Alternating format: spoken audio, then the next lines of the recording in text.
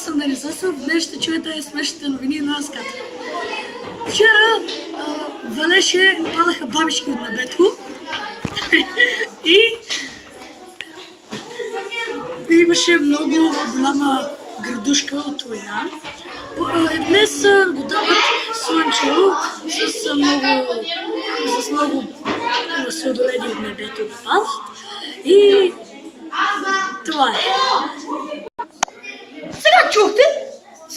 Сега чухте новините продължат за времето. Сега ще чуете извънредните новини, които са много важни.